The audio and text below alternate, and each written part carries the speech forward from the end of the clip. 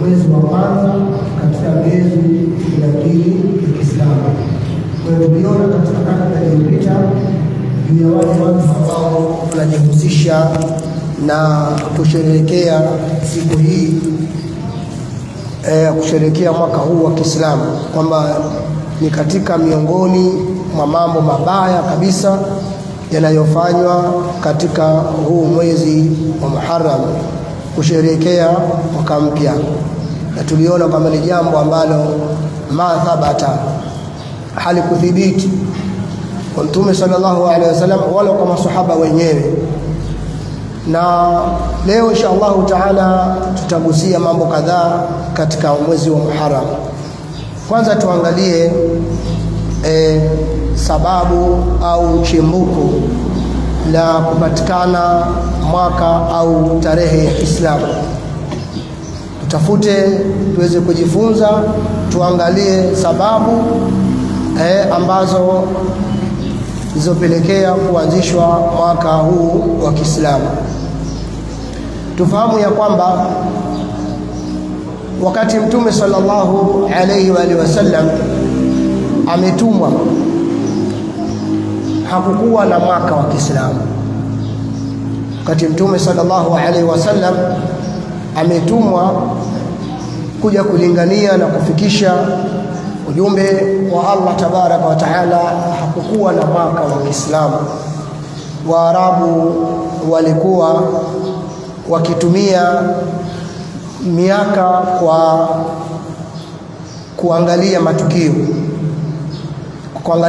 matukio kama vile mwaka wa tembo na mfano wa hayo, kwamba kile kipindi ambacho kumetokea janga fulani ama kumetokea jambo kubwa fulani, basi ndio watu wanasibisha na lile tukio, kwamba bwana, sasa ni mwaka wa pili toka kutokee tukio la tembo, mpaka sasa ni mwaka wa 10 toka kutokee tukio kadha. Kwa hiyo hakukuwa na kalenda ambayo maalum inayotumika wakati huo, mpaka kipindi ambacho Mtume sallallahu alaihi wasallam pia hakukuwa na kalenda ya Kiislamu, hakukuwa na mwaka wa Kiislamu. Ilikuwa miezi ipo yafahamika na yajulikana kwamba kuna Muharram, kuna Safru, kuna Jumada al-Ula, kuna Jumada Thani na mengineyo. Ilikuwa inafahamika, lakini hakukuwa ni kwenye kufahamika kwamba huu ndio mwezi wa kwanza katika mwaka, huu ndio mwezi wa pili katika mwaka. Ilikuwa ni jambo ambalo halipo na halifahamiki katika upande wa tarehe ya Kiislamu. Hivyo basi tarehe ilianza kipindi cha maswahaba. Mtume ameshafariki, akaja Abubakar radhiallahu anhu akawa ndio mtawala, anaendesha serikali. Pia hakukuwa na mwaka wa Kiislamu wala tarehe maalumu ya Kiislamu. Kisha baada ya hapo akaja Umar. Kipindi cha Umar, hapo ndipo ikaanza vuguvugu na tetesi za kwamba Waislamu wawe na tarehe yao. Katika zama za uongozi wa Umar radhiyallahu anhu, ambao ulikuwa ni mwaka wa 17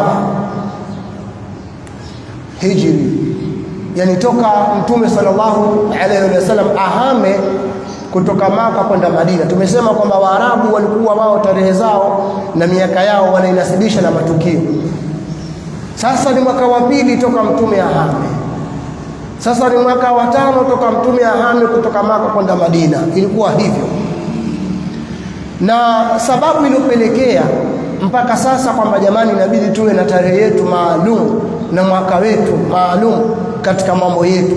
Sababu ni kwamba matatizo yalikuwa mengi sana katika migongano ya barua zinazotumwa na makubaliano na mikataba ambayo Waislamu walikuwa wakiingia. Kulikuwa kuna mikataba ya Waislamu na sio Waislamu, lakini pia kuna mikataba ya Waislamu kwa Waislamu katika mambo mbalimbali. Kwa hiyo ikawa inafahamika kwamba mkataba huu ulifungwa Shaaban, lakini mwaka gani sasa? mwaka gani. Kwa hiyo pakawa kuna hali ya utata kidogo, ikawa mwaka ufahamiki. Tumefunga mkataba huu Shawali zipo nyingi zinajirudia, ni Shawali ipi, ni ya Shawali ya mara ngapi? Kwa hiyo ikawa kuna hali ambayo kidogo inapelekea watu kutelezika. Hivyo basi hapo ndipo Umar radhiallahu anhu akaamua kukaa shura na masahaba kushauriana, jamani, tuianzishe tarehe yetu ya Kiislamu, tuanzishe mwaka wetu wa Kiislamu, kwa sababu ulikuwa kuna mwaka huu wa miladi ya ID ambao ulikuwa unafahamika, unajulikana.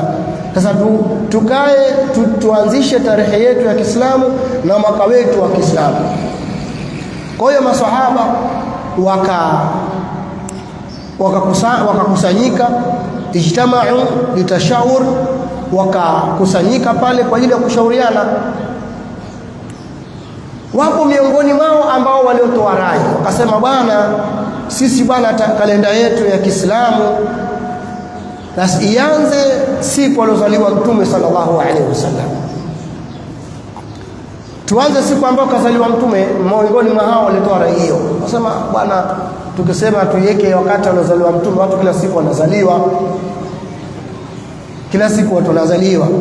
Wa minhum man qala, na wapo ambao kwamba waliosema bwana, tarehe ya Kiislamu ianze ile siku aliyokufa Mtume sallallahu alaihi wasallam.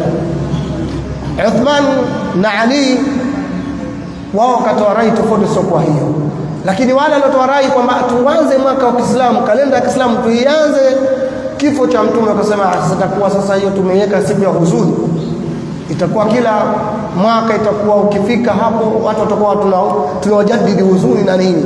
Wakasema hapana. Lakini Uthman na Ali radhiyallahu anhuma ashara, wao wakatoa ushauri kwamba linuarikha, kwamba tuweke tarehe bilhijra, tuweke tarehe yetu, kalenda yetu, kwa kuanza katika tukio lile la kuhama Mtume sallallahu alaihi wasallam kutoka Maka kwenda Madina.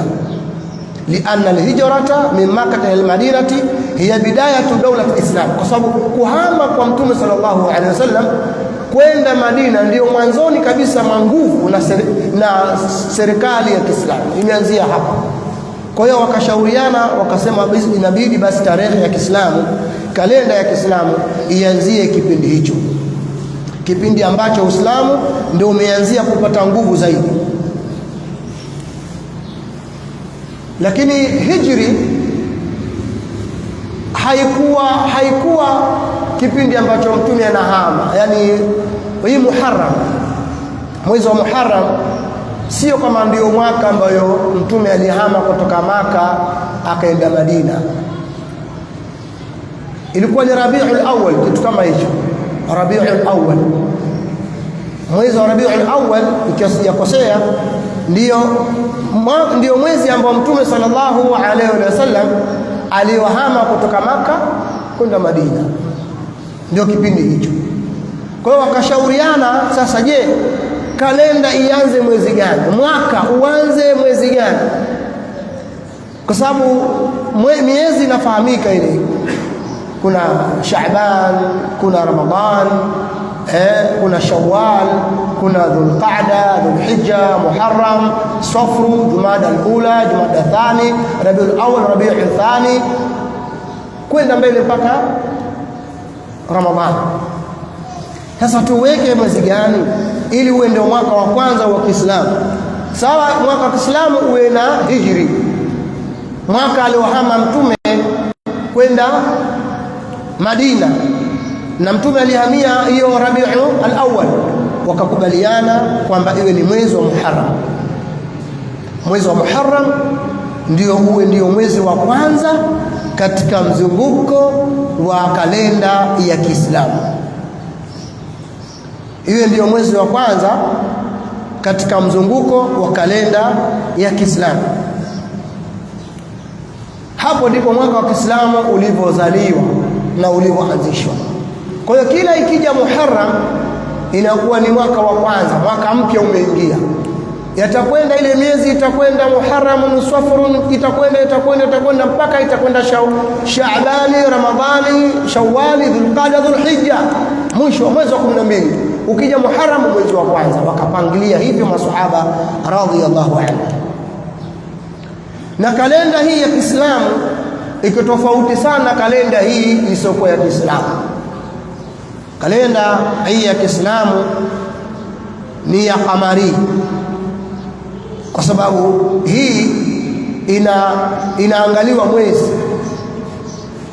sio kwamba ni mahesabu ambayo tayari yaliyopangwa kama wanavyosema baadhi ya watu. Bana wale Saudi Arabia wale bana wana kalenda, wale wameshaiweka, wale wanaangalia kalenda tu, wale waangalii mwezi. Maneno ya chuki tu, na ni maneno ya chuki, na ni maneno ambayo ya mtu anazungumza jambo ambalo hana elimu nalo. Kalenda ya Kiislamu haikupangwa kwamba imetolewa ile kama inavyotolewa kalenda hii ya miladia. Ukiona imetolewa kwa sababu tayari inahesabiwa, kwa sababu leo mwezi mosi, mwezi pili, mwezi tatu hivyo. Lakini tukija kwamba mwezi umeisha, sio kalenda, sio zile namba, bali ni kuangaliwa mwezi. Mwezi umeandama, mwezi ukiandama ndio tarehe imeisha, mwezi umebadilika, umeingia mwezi mwingine. Kwa hiyo mwezi wa Kiislamu unaisha kwa kuangaliwa mwezi, kwamba leo ni mwezi 29 tunaangalia mwezi, haukuonekana, watu wanakamilisha 30. Lakini pia kalenda hii ya Kiislamu sio kama ya miladia ambayo inabadilika saa 6. Hii haibadiliki saa 6, inabadilika baada ya kuzama kwa jua. Jua likizama tu tarehe imebadilika. Kama leo ni tarehe 9, ikifika magharibi ile inakuwa ni tarehe 10 tayari. Kwa hiyo tunaswali magharibi aliyokuwa tuko tarehe ngapi? Tuko tarehe 10. Kifika Isha tayari tuko tarehe 10. Ndio maana takbira za Eid zinaanza usiku. Tena sio usiku, zinaanza ile magharibi itakapothibitika kwamba mwezi umeonekana. Basi mtu akitoka msikitini swala baada ya swala magharibi aenda nyumbani kwake, enda kufuturu, anaenda na takbira ikiwa mwezi umefanyaje, umeonekana. Haisubiriwi saa 6. Kwa hiyo tarehe ya Kiislamu inabadilika magharibi baada ya jua kuzama. Jua likizama tu tarehe imebadilika, siku imebadilika. Kama ilikuwa leo ni Jumanne, tukiswali magharibi tu ile magharibi inakuwa ni Jumatano, sio Jumanne tena. Na hiyo miezi ya Hijiria ni miezi 12. Mwezi wa kwanza unaitwa Muharram, mwezi wa pili unaitwa Safar, mwezi wa tatu unaitwa Rabiul Awwal, mwezi wa 4 unaitwa Rabiul Akhir, mwezi wa 5 unaitwa Jumada al-Ula, mwezi wa 6 Jumada al-Akhira, mwezi wa 7 ni Rajab, mwezi wa 8 Shaaban, mwezi wa 9 Ramadhan, mwezi wa 10 Shawwal, mwezi wa 11 Dhulqa'da, mwezi wa 12 Dhulhijja. Hiyo ndio miezi inayotengeneza mwaka. Hii mfungo mosi, mfungo pili, mfungo tatu, hii haimo. Ni sisi tu wenyewe Waswahili na mahesabu yetu, kwa mfungo tatu, mfungo pili, mfungo mosi, mfungo 4, mfungo 5, hii haimo. Ni sisi wenyewe tu tumeamua kujiwekea mahesabu hayo, lakini hayana mnasaba wowote na kalenda ya Kiislamu. Kalenda ya Kiislamu ni Hijri, ambayo inatumika miezi hiyo: Muharram, Safar, Jumada al-Ula, Jumada al-Thani, Rabiul Awwal, Rabiul Akhir, na kuendelea mpaka mwaka kumalizika. Kwa hiyo hivyo ndivyo ambavyo mwaka wa Kiislamu ulivyozaliwa na ulivyopatikana.